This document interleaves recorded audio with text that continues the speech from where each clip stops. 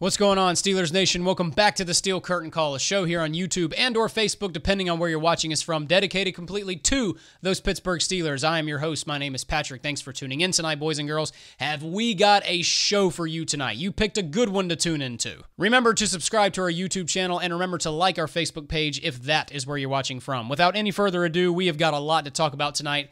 Probably going to run over, probably going to go a lot longer than usual. Let's just jump right in. I think the first thing I want to start with is Steelers Nation, get up, get pumped up, and get out there and go celebrate because we deserve that right now.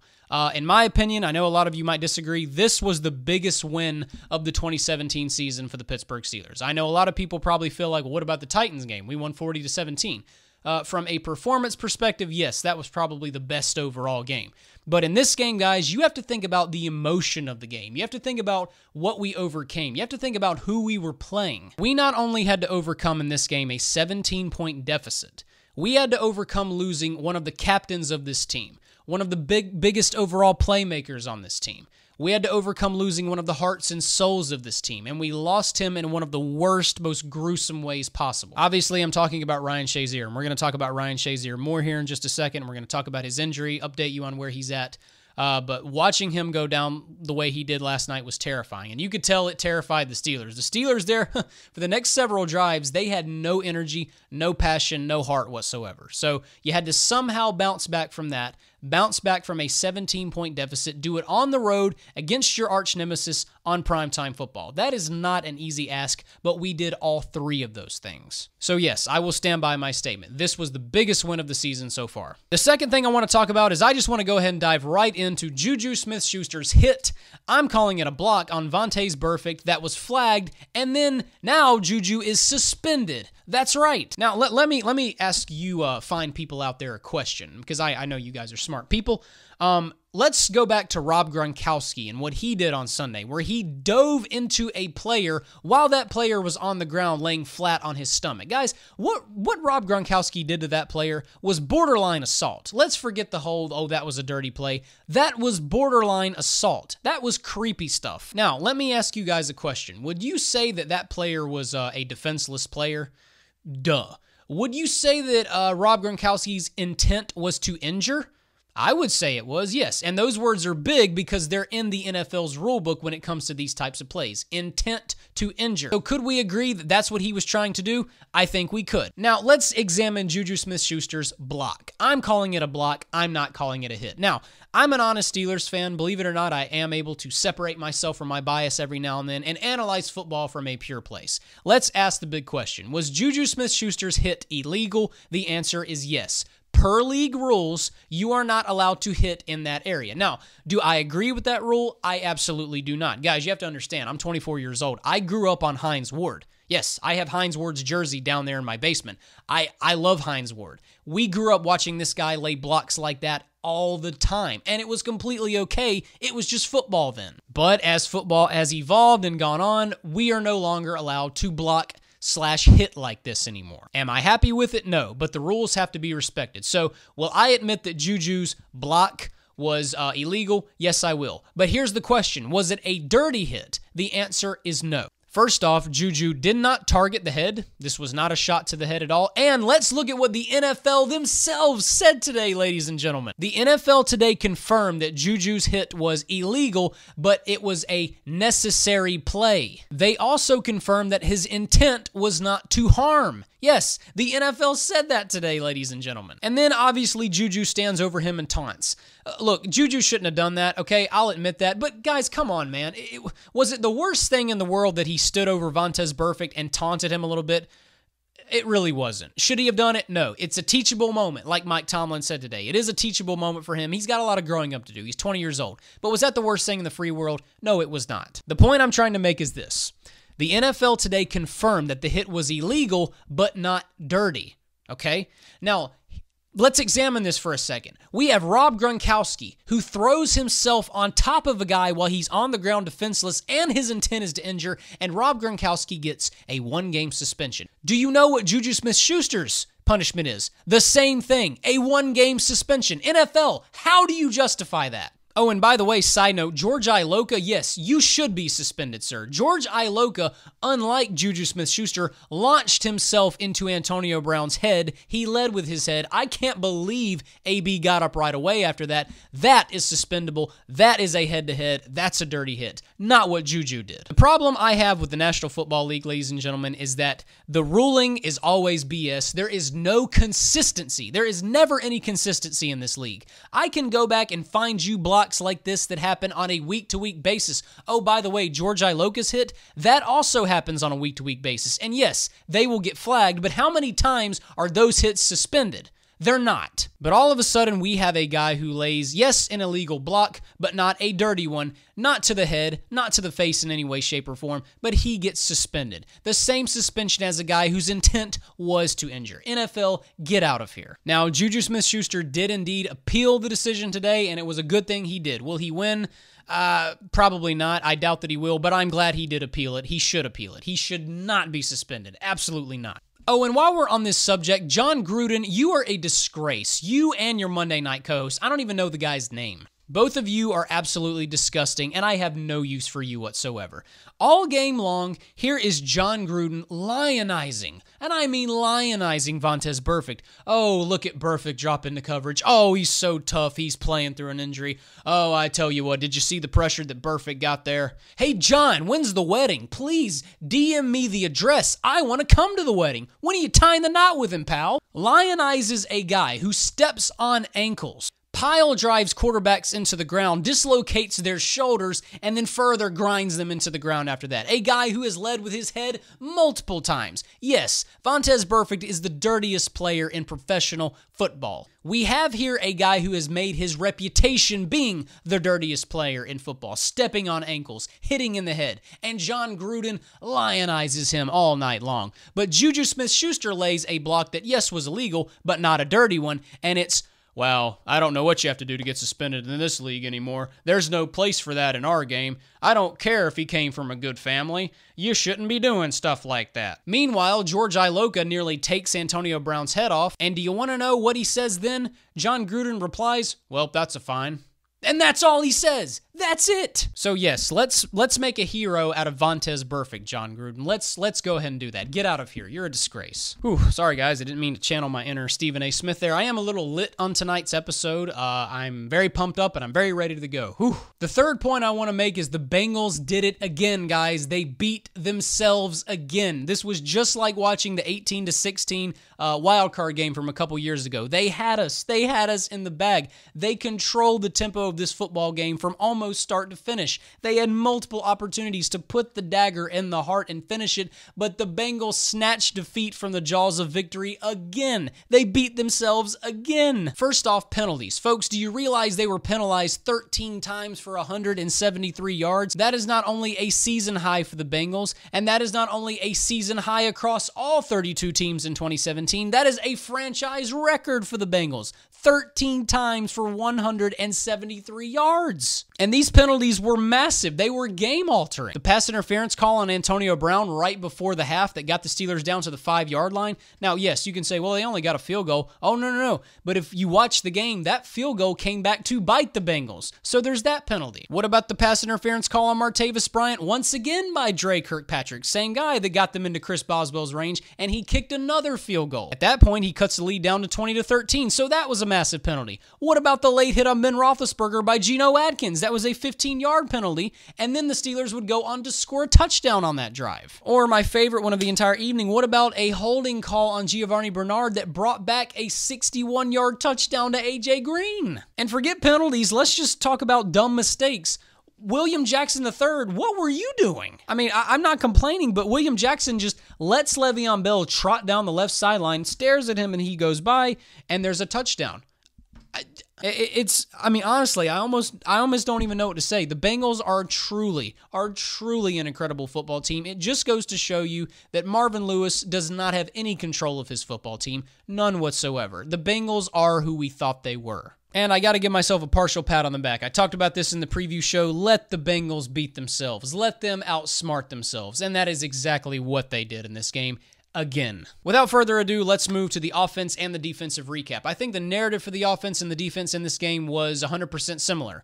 It was a tale of two halves. Bad first half, good second half. We're going to start with the defense in this game. The Steelers' first half defense was maybe as ugly as it's been all season long. The first thing that stands out to me is the third down defense. Folks, the Bengals were 6 of 8 on third downs in the first half. 6 of 8. The rush defense was absolutely atrocious in this game as well. At the end of the first half, the Bengals had 80 yards rushing. And to be completely honest with you, the rush defense didn't really get any better into the second half. I mean, it wasn't as bad, but it still was pretty bad. And you just have to be honest about it. The Bengals front absolutely destroyed the Steelers front in this game, both in run blocking and pass protection as well. The Bengals front were absolutely dominant in this game. Folks, Giovanni Bernard in this game had 13 carries for 77 yards, okay? This is Giovanni Bernard. He had been having a terrible season coming into this game. He averaged 6 yards per carry in this game. Joe Mixon, before he left the game with a concussion, he had 7 carries for 34 yards. He was averaging 5 yards per carry. And at the end of the first half, I wasn't really sure if I'd just watch Andy Dalton or Tom Brady. It kind of looked similar at times. You got to give Andy Dalton a ton of credit. He absolutely exploited the Steelers' zone coverage in this game. The Steelers came out playing primarily cover 2, a lot of zone coverage, and Andy Dalton picked it apart like a pro. Dalton threw for 173 yards in the first half. He threw 2 touchdowns, 2 of those to none other than A.J. Green. And Mike Tomlin, kudos to you, sir. You made 100% the right decision by benching Cody Sensabaugh. Finally, Cody Sensabaugh got burned once again on both of these touchdowns. Cody Sensabaugh has just gotten shredded the last several weeks. Actually, every week he's played, he's gotten shredded. The first touchdown was absolutely hilarious. A.J. Green literally turned Cody Sensabaugh around the other way. Cody went that way, and A.J. went this way. Tomlin finally benches him, and he brings in rookie Cameron Sutton out of Tennessee. Gotta be honest, I don't think Sutton played a bad game. I did notice that when he was in, the Steelers played more man-to-man coverage, and you have to remember, Cameron Sutton actually specialized in that when he was at the University of Tennessee. I didn't see enough from Cam Sutton in this game to really get a full opinion on him. I liked what I saw, but we're going to need to see more of him. And here's what I will say. Until Joe Hayden gets back, Cameron Sutton is starting on that outside. Cody, sorry, bud, but you're done. And Artie Burns, you got to give him credit. Artie Burns had an excellent game. We've been talking about how bad the secondary was, but Artie Burns was the only steady guy on that secondary on the day. He was targeted, his side of the field was targeted 7 times. He only allowed 2 receptions for 25 yards. Not to mention, he also had 2 pass breakups in this game. So Artie Burns had a great game. Give him credit. I mean, obviously, Artie Burns had a lockdown game. He really did. Now, I'm not prepared to say that he's a lockdown corner yet. We're going to need to see more progress from him. But this was a great first step. We needed Artie Burns to be good in this game. We wanted to see growth from him all year long, and we got it in this game. So kudos to Artie Burns. The pass rush is the next thing that was terrible in the first half, and that didn't really improve all that much in the second half. We did have 2 huge sacks in the second half, but the pass rush in the first half was not even there to speak of. There were no sacks in the first half whatsoever. And as we kind of talked about already, it was just a matter of the Bengals front absolutely dominating the Steelers front. Not only did they dominate the Steelers front in run blocking, they dominated the Steelers front in pass protection as well. And, you know, we're talking about how bad the secondary was in the first half, but, you know, one of the things we talk about so many times on this show is the true relationship between the pass rush and the secondary. So how much of the Steelers' secondary woes were attributed to the pass rush not getting home? Probably a decent amount of them. However, though, in the second half, the Steelers' defense did a complete 180. The Bengals had 5 offensive drives in the second half. 4 of them resulted in punts. 1 only resulted in a scoring drive, and it was just a field goal. We also talked about how the Bengals were 6 of 8 on third downs. How about they were 1 of 6 on third downs in the second half? And one of the big things we talked about last week in the Green Bay Packers game recap was big, huge, critical defensive stops that ultimately kept the Packers from winning that football game. Well, we had some more of those big stops in this game. I thought the first big defensive stop they had was after the Steelers cut the lead down to 20-13. Now, don't get me wrong, I was excited. We had just cut it to 20-13, only down by 1 touchdown, but you've still given the ball back to the Bengals with about 9 minutes to go in the fourth quarter. This is plenty of time for them to go down on this drive and either kick a field goal or score another touchdown, make it a 2-possession ball game. However, how about a 3-and-out? And ultimately, it started with a massive sack by none other than Vince Williams. By the way, guys, Vince Williams has 7 sacks on the year. 7 sacks. Did we see Vince Williams doing this at the start of the year? I don't think so. Very next play, then you had a forced false start, and then that pushed him back even further, so the Bengals have to punt right away. And the biggest defensive stop, in my opinion, was after the Steelers had tied the football game at 20-20. Yes, we scored, but we have just given the ball back to the Bengals with 3 minutes to go. This is plenty of time for them to go down there, milk the clock, either score a game-winning touchdown or just get in field goal range and win the game that way. But nope, we have got a massive sack by Bud Dupree, and then we have, guess what, a drop by A.J. Green. We have a 3-and-out, and the ball is right back to the Pittsburgh Steelers. So like I said, kind of like the Green Bay Packers game, we had another game where we had these big, critical, huge defensive stops that really kept the opponent from winning the football game. And I'm not going to be dishonest about it. Did we get a little bit of good fortune in this game? Of course we did. We had the big A.J. Green touchdown that was called back. A.J. Green had some drops in this game. Brandon LaFell had a big drop in this game. So yes, we did get lucky here and there, but for the most part, guys, this defense did do a 180 in the second half. Moving on to the offensive side of the football, very similar to the defense, it was a tale of two halves for the offense as well. I think the problem with the first half offense was twofold. Number one, Ben Roethlisberger just didn't have that good of a first half. There was the ridiculous interception on the first drive of the game. I don't know how in the world Ben decided to throw that football. I don't know how he thought I don't know what he thought was going to happen on that play. I mean, I don't know how he didn't see that Pac-Man Jones was standing right there, and I don't know how he could not see that Jones was easily going to cut that route off and take that football. Ben's a 14-year vet. Ben, you got to be smarter than that, man. I don't know why you threw that football. In the first half, I also think Ben forced quite a few throws as well. I just think he looked a little sluggish. I think he kind of reverted at times back to his first half of the season self at times. Now, let's be 100% honest about every bit of it. Ben certainly didn't benefit from some things like drops. You had the Martavis Bryant drop. He had Dre Kirkpatrick beat on a go route. Ben throws a perfect ball down the right sideline, and it goes right through Martavis Bryant's hands. Unfortunately, that's something that we've talked about not once, but way too many times this year with Martavis Bryant.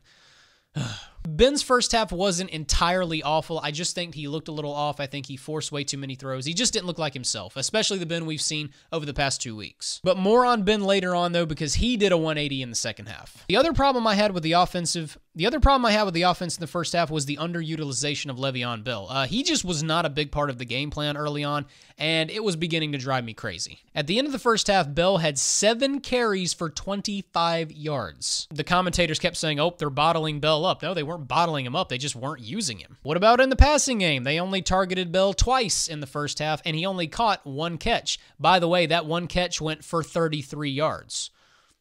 And third downs were a big problem for the Steelers in the first half. Now, that didn't really get better in the second half either because the Steelers finished the day 4 of 12 on third downs. If you win a football game and you went 4 and 12, you know something went horribly wrong with the other team, and I think we know the Bengals did have a lot of problems. The Steelers were 1 of 5 on third downs in the first half. Yes, 1 of 5. It's going to be hard to be successful any day of the week when you're going 1 of 5 on third downs and a half. So what was it that changed in the second half? Well, first off, I think it's pretty simple. Le'Veon Bell. The Steelers started involving him more. They started putting the football into his hands, and let's look at what happened. First off, you had the 35-yard catch and run for a touchdown. Now, yes, obviously William Jackson III failed to make a play there, which I still don't know what he was thinking. Oh, wow, that was hilarious. But nevertheless, Bell is still able to take it for a 35-yard touchdown off of a simple check down pass. There was the critical 4th and inches where they handed the ball off to Le'Veon Bell, and he converted for a 9-yard run, and he ran Dre Kirkpatrick over. By the way, quick note, Dre Kirkpatrick, if you remember correctly in the first matchup, do you remember that really crazy stiff arm Bell had? Well, that was on Dre Kirkpatrick. Bowled Dre Kirkpatrick over like nothing on this play again. If I were Dre Kirkpatrick, I would learn at this point just to stay out of his way. Like, don't even try to tackle him because you're probably going to get demolished like you usually do. What about the drive where the Steelers tied the football game? Bell caught a massive catch that went for 18 yards all the way down to the Bengals' 34-yard line. And then on the Steelers' final drive of the game that sets Chris Boswell up for the game-winning field goal, Bell has a 9-yard run on that drive, and he has a catch that goes for 11 yards all the way down to the Cincy 24 that ultimately puts Boswell in his field goal range. Wow. Do you see what happens when you put the ball in the hands of Le'Veon Bell? Very, very good things happen. Also, big congrats to Le'Veon Bell for reaching another massive milestone this week. He has reached 7,500 yards from scrimmage in his career, and he did it in 59 regular season games. Just 59. That ties Eric Dickerson for fewest games to reach that number. Bell finished with 18 carries for 76 yards on the game, averaged 4.2 yards per carry, and the big one, caught 5 catches for 106 yards. Like I said, ladies and gentlemen, there's a reason why this guy's making $12 million and the other guys are not. And then there was Ben Roethlisberger. I thought Ben Roethlisberger rebounded in a big way in the second half, made some great throws, led some great drives. And I also think Ben just did a really good job of kind of adjusting to what the Bengals were doing. You know, the Bengals were playing a lot of zone in this game. They were playing a lot of cover 2, and Ben finally realized, They're kind of giving us the underneath stuff. They're giving us the checkdowns. I'll take it. And that's exactly what Ben did. So I thought that was a great job of him to adjust to what the defense was doing. You have to do that in football games. You know, the thing about football is a chess match. Many people who watch football on a surface level don't understand that, but you've got to look at defenses. You have to see how they're playing, and you've got to call the appropriate plays to adjust to what they're doing. And Ben did that in the second half. And I thought he just made some great throws in the second half. The 7-yard touchdown to Antonio Brown, obviously Antonio Brown somehow held on to that football after getting his head knocked off, but that was also just a gorgeous, gorgeous strike from Ben Roethlisberger as well. And in my opinion, the best throw of the night came after Juju Smith-Schuster's 15-yard penalty. Now, after this big play, they had 1st and 10 at the Cincinnati 48, but because of Smith-Schuster's penalty, all of a sudden they're backed up all the way to their own 34-yard line. So now it's 2nd and 16. We're all really bummed. How about Ben gets every one of those yards back and some more with a 24-yard strike over the middle to Antonio Brown? Kind of like I said earlier, I thought this was just a great job of Ben adjusting to what the defense was doing. Not only were they giving Ben the underneath stuff, but they were also giving Ben the middle of the field. The middle of the field was wide open many times in the second half. Great play call there. And also, several times during the course of this game, Ben Roethlisberger got rocked, and I mean took some serious, serious shots from Geno Atkins and Carlos Dunlap. But in the face of that, stood in the pocket, stood tall, and delivered some incredible throws, knew he was going to get drilled, but still made the throws anyway. So don't tell me that Ben Roethlisberger is done playing football, that he's not committed to the game anymore. No. This guy's still got a lot left in the tank. Ben also reached 50,000 career passing yards last night, ladies and gentlemen. He is only the 8th player in NFL history to do so. That's pretty elite company. Could we call Ben an elite quarterback? Yeah, I think we could. And then there's Antonio Brown. Oh, good grief. Folks, you have to remember, Antonio Brown was questionable coming into this game. We did not get the word that he was actually playing until about an hour before kickoff. That's how questionable he was. Comes in this game on a bad toe and catches 8 passes for 101 yards. And a touchdown that probably could have been considered the play of the game. It's kind of like I've already said, I don't know how in the world, after you take a shot in the head like that, how you hold on to that football. And once again, guys, Antonio Brown is not 6'5". He's not 6'4" like Julio and AJ. He's 5'10", and he makes these crazy in-traffic contested catches. I don't know. It's unreal to me. Now, obviously, I think AB struggled a little bit in this game, even though he had 8 catches for 101 and a touchdown. AB did drop, I think, at least 2 or 3 passes in this game. Some drops that we don't usually see AB do. It's very forgivable because it's AB. When you look at the amount of times he's targeted versus how many times he drops passes, yeah, it's forgivable. Also, you have to factor in it was raining pretty heavily. I'm sure that factored in to some degree, but even with the drops, he still had a phenomenal game. Also, guys, we're talking about records. The big 3, the Killer Bees, Ben, Le'Veon, Antonio Brown, they all had record-setting nights. Antonio Brown had one of his own. Antonio Brown now officially has the best 5-year span of any wide receiver in NFL history. He passed Marvin Harrison for most receptions and most reception yards in a 5-year span.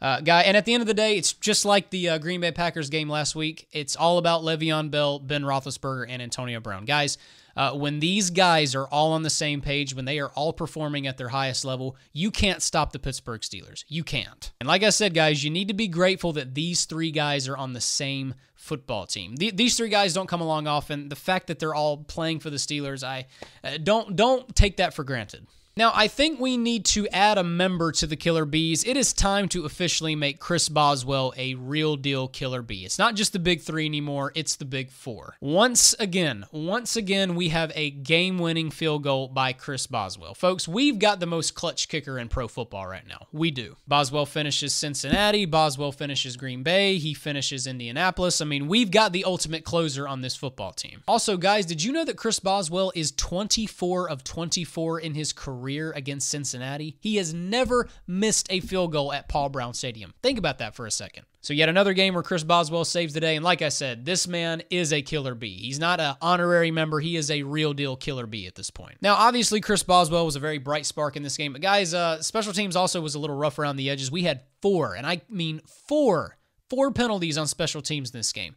2 of them went against J.J. Wilcox. One of those negated a kick return. We had a kick return. That never happens in Pittsburgh. Martavis Bryant took it all the way to the house, and we had a holding call on J.J. Wilcox. By the way, on that play, Wilcox isn't even near Martavis Bryant. He's not even close to him. So while Boswell had a good day, 4 special teams penalties in one game, And as for J.J. Wilcox, I'm kind of done with that guy at this point. The experiment was fun while it lasted, but yeah, I don't see how in the world J.J. Wilcox gets a helmet or gets any snaps at this point. I would love Jordan Dangerfield to get back on there. He's on our practice squad right now. Probably won't happen, but yeah, Wilcox needs to go. Anyway, guys, that just about does it for my game recap. I'm just learning to fall in love with the 2017 Steelers. Like I said last week, I'd love to win 40-14 every single week. That would be awesome, or 40-17 or 42-0. It would be great to win games that way. But guys, I'm just learning to love and appreciate how the Pittsburgh Steelers are playing football. They are overcoming adversity.